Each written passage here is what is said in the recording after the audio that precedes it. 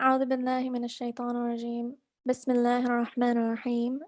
Assalamu alaikum wa rahmatullahi wa barakatuh. And we would like to welcome you once again to IIT's program Resilient Hour, happening every single day, 20 minutes before Salat al-Maghrib during Ramadan. Today's speaker is Dr. Muhammad Fadl. He is an associate professor at the Faculty of Law at the University of Toronto. He has conducted his PhD dissertation on legal process in medieval Islamic law. He has published numerous articles in Islamic legal history and Islam and liberalism, and he is very active in producing content on important matters of Islamic law in today's time. Before I welcome Dr. Fadl, I would like to say a few announcements about our programs at IIT during the month of Ramadan. During this month of Ramadan, although we are apart, we have a number of programs to support you in your homes or wherever you may be.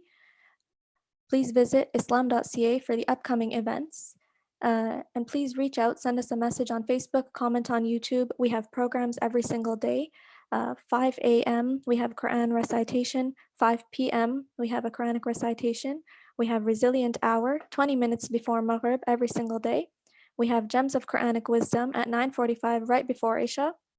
And we also have a Seniors Circle every Tuesday at 2:30 p.m. through the phone and online. Please visit islam.ca for more information. Without further ado, I would like to welcome Dr. Muhammad Fadl to participate and to share some thoughts for today's Resilient Hour.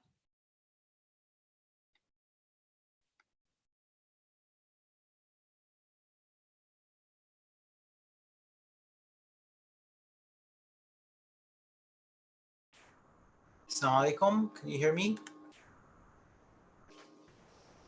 Assalamu alaikum. Yes, we can hear. Okay. Is it open? Because I think some people have had difficulty getting in.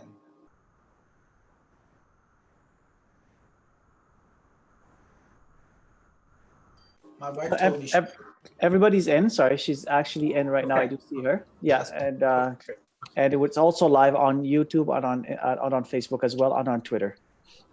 Okay, great. Okay, Assalamu alaikum. Kull sana wa antum tayyibun. Ramadan Mubarak to everybody. It's my pleasure to be here with you during this great blessed month of Ramadan. I want to speak to an ayah in the Quran, I think, which is very important for us to consider during our present circumstances.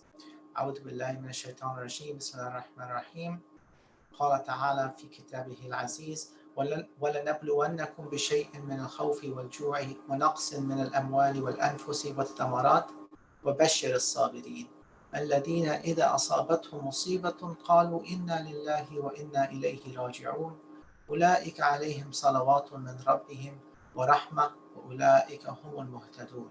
صدق الله العظيم. God said in this verse that we shall certainly try you with something involving fear and hunger and a depreciation or diminishment or diminution in your property and your lives and your fruit, and give good tidings to the patient. So let's stop and pause and think about this verse first of all. The verse begins with God swearing an oath, وَلَنَبْلُوَنَّكُمْ, we shall certainly try you. So this comes from the Arabic word, the Arabic noun bala, which means a trial, but it's not just any kind of trial. It's not just something that happens once and then goes away. It's kind of a continual testing process, right? You can think of it as a sifting process, or a smelting process, or a mining process. Anything which is intended to sift, as we might say in English, the wheat from the chaff. And so the ulama have mentioned many reasons for this, but among them is to distinguish the sincere from those who are insincere. And God does this through kinds of daily trials that he imposes upon us, right? And so the commentator said that the expression bishay'in min al-khawfi, meaning something, it uses the indefinite form of the verb of the word of the noun shay, meaning a thing, right?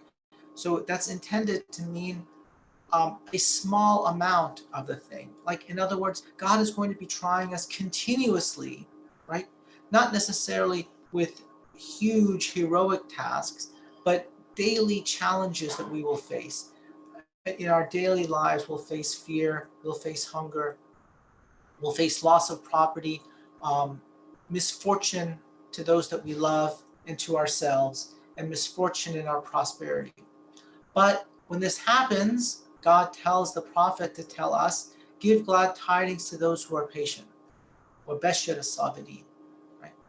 Now, what are the kinds of trials that we face? Well, khawf, fear, can be a fear about anything. If you're a student, you could be fearful of your exams. If you're an employee, you can be fearful about losing your job. If you're a soldier, you could be fearful about losing your life in a battle, etc., etc. But the point is that every point in our life, we will be encountering fear. God has created us, and He promised that He is going to be testing us continuously through exposing us to certain kinds of fears, right? Likewise, ju', hunger. From time to time, we will suffer hunger, either because we don't have enough money to buy food, or because of a drought, etc., or, as some of the ulama said, fasting, right? So it's interesting that in the old days, people used to suffer from droughts regularly, and so everybody would experience this experience of not having food, right? In the period of plenty in which we live, one of the great blessings of Ramadan is that in the midst of this plenty, we regularly experience what it means to be hungry by fulfilling the duties that God has imposed upon us, right? And so God is telling us that by experiencing this hunger, we improve as human beings, we get better as human beings. And this is another important point about the term bala, which is the root from which the verb bala yablu comes from. It's also the kind of test that purifies something, right? So, for example, when you take gold ore from the ground, it's not pure gold. You have to smelt it. You have to drive out the dross by heating it up. That's also what the Arabs mean by the word bala, right? So you heat up the ore, and then the gold melts off, and you separate it from the junk, right? So the same thing, the same idea, the same image is being communicated here through these regular kinds of daily trials that we face in our life, whether from life around us or because God has imposed certain responsibilities upon us, such as praying regularly, such as fasting regularly, such as paying zakat. Again, the ulama said, when God tells us that He will try us through a diminution of our property, one of the things that's being indicated here is the obligation to pay zakat. Because when you pay zakat, you are diminishing your own property, right? You are taking away from what is yours, and you're giving it away from somebody else, so you're experiencing a loss, right? And it's not easy for people to part from their own property. They have to learn how to do it, right? But God tells us that we need to be patient and give glad tidings to those who endure these trials with patience. What's the sign of those who have patience? When something bad happens to them, when misfortune happens to them, they say, Inna lillahi wa inna ilayhi raji'un. They say, we belong to God, and to God we return. The Prophet ﷺ taught us to say this whenever we suffer any kind of misfortune, even something that's trivial. So there is a report that one time the Prophet ﷺ was in his room, and the wind blew out his candle, and he said, Inna lillahi wa inna ilayhi raji'un. And so they said to him, is this a musibah? Is this a disaster? Such that one has to say, Inna lillahi wa inna ilayhi raji'un. And so the Prophet said, Sallallahu said, anything that causes distress or inconvenience to a believer is a musibah. It is an occasion for us to say, Inna lillahi wa inna ilayhi raji'un. And the point here again is to constantly train us to remember that in the end, we are going to die and we're going to meet our Maker, and that everything that we have in this life is ultimately a test. Are we going to use what God has given to us in a way that is consistent with God's plans for us, or are we going to use it in a way that is sinful and will cause us destruction ultimately in this life and the next. So we have to learn to be patient, to endure trials, and to use everything that God has given us in the way that God intended for us, and to deal with all our problems with patience and with hope toward the future, expecting reward from Allah subhanahu wa ta'ala, either in this life or the next. Right? And that's what Allah concludes this section. And He says, أولئك عليهم صلوات من ربهم ورحمة وأولئك هم المهتدون. That those who do this, those who are in the habit of whenever misfortune strikes them, they say that to God we belong and to God we shall return. They are blessed from God. They receive blessings from God, right? From their Lord and mercy. Now, every time we mention the Prophet's name, we like to say Sallallahu Alaihi Wasallam. May God bless him and grant him peace. So here, Allah is saying that when we say Inna lillahi wa inna ilayhi raji'un, that God sends His blessings, His salawat on us. So just as we like to give blessings and praise to the Prophet ﷺ, when we say this, God sends blessings and mercy upon us, right? And says, and God then concludes, وَأُولَٰئِكَ هُمُ الْمُهْتَدُونَ. Those who do this, they're the ones who are right guided, right? Who are guided aright. So there are very important lessons here in these three ayahs. One, that we are constantly going to be tested in our lives, right? Whether it's going to be fear or hunger or some kind of misfortune in our wealth, in our property, and among those whom we love, right? But we must face these misfortunes with patience and endurance. We have to remember God, and remember that God is our return ultimately, and that we have to expect reward from God from doing what is right and being patient and facing adversity calmly. And I think this is especially poignant for us these days in the midst of this pandemic. As you know, all of us are either at home observing the rules of social distancing, or we are providing essential services to everyone in society, whether that is in the healthcare sector or other kinds of sectors, where people have to be facing immediate danger, immediate fear of this virus itself.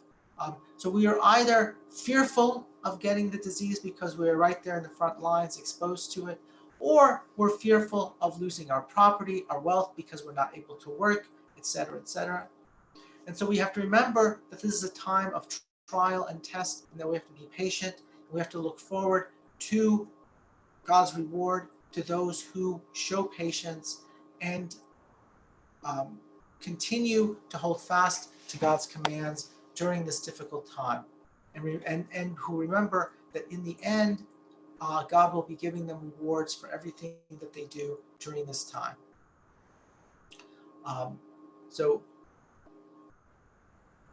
I think this is going to wrap up what I want to say for tonight, inshallah. And I wish you a blessed Iftar and a blessed Ramadan. Thank you.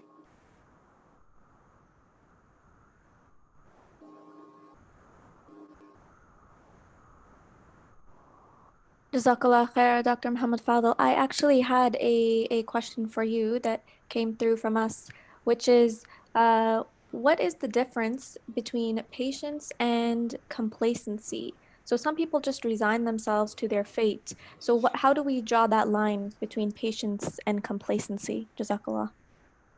Patience, sabr, is the opposite of complacency. Complacency, what one might say, is istislam, surrender. A person is sabr when a person continues to fulfill his duties in the face of adversity, right? So, for example, if we're again talking in our pandemic, by continuing to adhere to the rules of social distancing, despite how difficult it is, by continuing, if you're a physician or a healthcare practitioner, continuing to go to work and following all the rules, doing the best you can to treat your patients while avoiding spreading the contagion, etc. All of that is sabr, right? The opposite of sabr is giving up, right? So some people confuse, as I think as the question asked, what's the difference between complacency and patience? Patience is, as I said, to persevere in what is your obligations, even in circumstances where you feel that it doesn't do much good.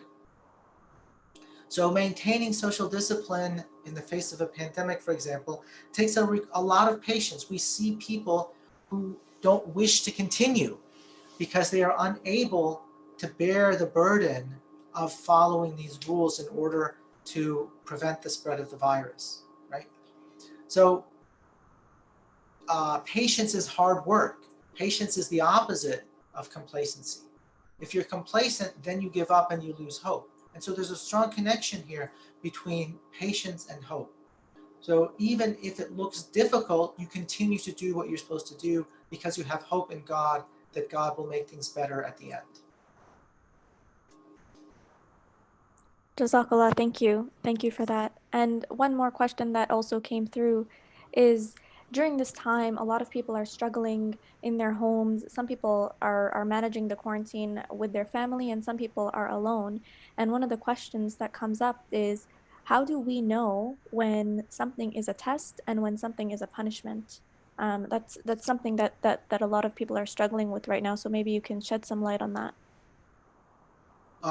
Again, the ulama in their commentaries on their verse pointed out that the kind of tests that God gives us are universal. They afflict, as they say, the righteous and the wicked, right? And each one of them approaches it differently, right? So it's not whether it's objectively a punishment or a test. It's really depends on the subjective reaction of the individual. If the individual accepts it as a divine test and uses it as an opportunity to practice sabr and an opportunity to return to God, then it's a test, right? On the other hand, if the person uses it as an opportunity to, again, be resentful of God and resentful of God's decree for him, then it becomes a punishment, right? So how we react to these things is what is crucial in whether it becomes a test or a punishment. Jazakallah, very well said.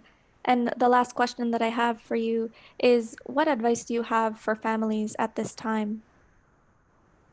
I think the most important thing is for all of us to try to have a regular routine. Imagine what your life would be like if you weren't in quarantine, then try to live it as much as possible. If you have a job, try to do what you would normally do in your job. If you can't work remotely, then create a to-do list every day for yourself so that every day you feel like you are achieving something. This is the month of Ramadan. Try to set aside time to read from the Quran every day, to learn a little bit more about your Islamic knowledge every day. Also, try to learn more about your own craft or profession. Always set out in the morning to accomplish something so you feel that you are better than you were when you began the day. And I think it's very important for everybody to create a structured set of activities for himself or herself to avoid what I would say is the lethargy of just being stuck at home and the risk that you feel that time isn't passing, right? So it's very important to find a set of purposeful activities to keep yourself busy every single day, inshallah. Jazakallah khair. And finally, I have just one last question that just came in for those that are struggling and alone because they have a loss of their social networks. So sometimes specifically some of our senior folks who they're not able to get online, they're not able to connect with other people through these virtual ways. What advice do you have for them? The loss of their general, just their social, being able to connect with people. That is a very sad situation to consider. I don't know exactly what to do. I would hope that in our Muslim community there would be very few cases of older brothers and sisters living by themselves in the midst of this quarantine.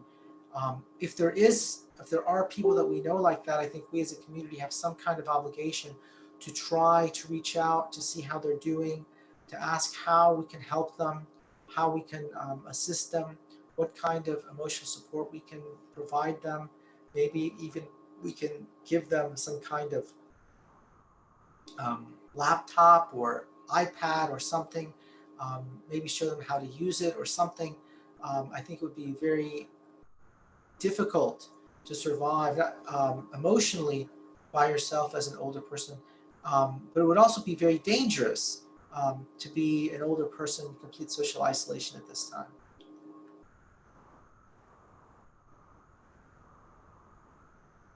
Jazakallah khair. And alhamdulillah, our seniors are meeting every Thursday. And I will give more details on that program. Jazakallah khairan, Dr. Muhammad Fadil. Thank you so much for your words of wisdom on tonight's Resilient Hour. Really thank you. And we appreciate you joining us today. I have a few announcements. Every single day before Maghrib, 20 minutes before Maghrib, we have this talk, Resilient Hour, which is 20 minutes of a talk just before you break the fast. And the reason it's called Resilient Hour is because the hour before the breaking of the fast is perhaps the most difficult. But it signifies the strong will of the believer to take the hardship of the day to its conclusion and to take comfort in the knowledge that we will accomplish yet another day of worship, inshallah. During COVID-19, this hour of resilience is symbolic of the will and courage to fight the epidemic with trust in Allah and taking all of our precautions. Inshallah, with Allah's help, we will see through each day and taste victory at the end. Not only do we have this resilient hour every single day, we have also daily Quran recitations in the morning at 5 a.m. We have recitation in the evening at 5 p.m. We have resilient hour 20 minutes before Maghrib. We have gems of Quranic wisdom at 9:45, right before Salat al-Isha. And this gems of Quranic wisdom is generally taking the ayahs that were recited in Taraweeh the night before and explaining it. And as mentioned, we do have a senior circle every Tuesday at 2:30 p.m. And this is both via phone and online. If you are a senior, and even if you're not a senior and you would like to join, please phone the office at 416-335-9173 and press 4. Leave your contact information and someone will call you back and you'll be able to join into that senior circle. Finally, I would like to also ask, please consider giving a donation to the Islamic Institute of Toronto. As you know, we are struggling this year because usually the most of our revenue does come during Ramadan. If you would like to donate, please visit www.islam.ca. We have donation and fidya and fitra payments on our website. Our donation feature allows you to pay your fitra, which is $10 per person in your household, and your fidya, if you cannot fast, which is also $10 per day. Our donation feature also allows you to pay your zakat and general donations to IAT. I'll now pass it over to Brother Mamoon. Jazakumullah khair. May Allah bless you, inshallah. Just waiting on our Qari, inshallah, to actually come in and give us the final minute du'as, inshallah. But I do want to actually request all of you who are on the YouTube. So I'm going to give you some numbers so you can actually see what's going on here. We have about 110 people who are actually watching us on the YouTube channel right now, alhamdulillah, and close to 50 people who are also on the Facebook. So may Allah Azza wa Jalla bless you all. May Allah subhanahu wa ta'ala continue, inshallah, to keep you all together. We know that this Ramadan has been really difficult. It's been really hard for a lot of you guys, but I promise you we're going to be with you, inshallah ta'ala. We are going to continuously come for you. Do go ahead and subscribe. So if you're on the YouTube right now and you haven't subscribed, please go ahead and subscribe. Click on that subscription box and click on the notification icon. That also allows for all of our basically our videos the moment they're actually uploaded, or whenever we go live, like right now, for instance, you'll receive a notification immediately to actually tell you that it is time for you to join us, inshallah. I have a question, but the question is actually on the it's actually a question that's on the actual webinar itself, but I'm actually going to leave it for now because we do have our sheikh who's actually going to come in, inshallah ta'ala. And Sheikh Abdul Fattah. Sheikh Abdul Fattah, it is now a couple of, I think it's about a minute before the adhan, inshallah. السلام عليكم. عليكم السلام ورحمة الله. صوت واضح؟ نعم. So I'm gonna make adhan Yeah, you can start making the adhan now. It's time. or some Quran and dua or dua or. It's time for adhan now. Now adhan. نعم. Let's start adhan. نعم. طيب. الله أكبر الله أكبر الله أكبر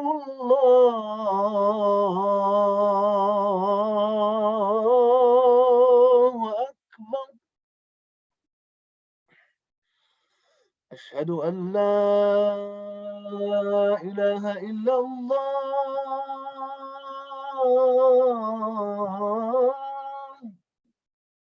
أشهد أن لا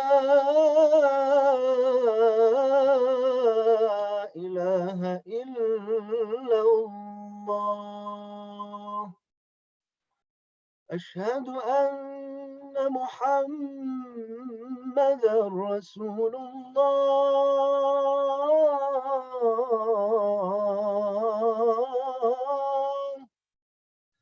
أشهد أن محمدًا رسول الله حي على الصلاة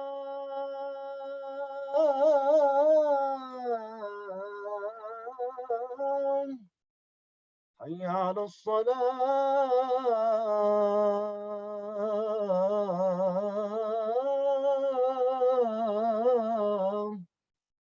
حي على الفلاح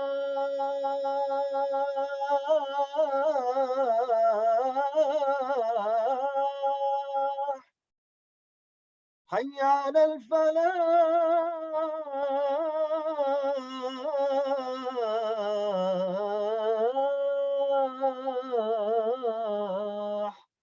الله أكبر الله أكبر لا إله إلا الله اللهم رب هذه الدعوة التامة والصلاة القائمة آت محمدا الوسيلة والفضيلة والدرجة العالية الرفيعة وابعثه اللهم مقاما محمودا الذي وعدته إنك لا تخلف الميعاد. جزاك الله خير. إن شاء الله. بارك الله فيكم. السلام عليكم ورحمة الله وبركاته.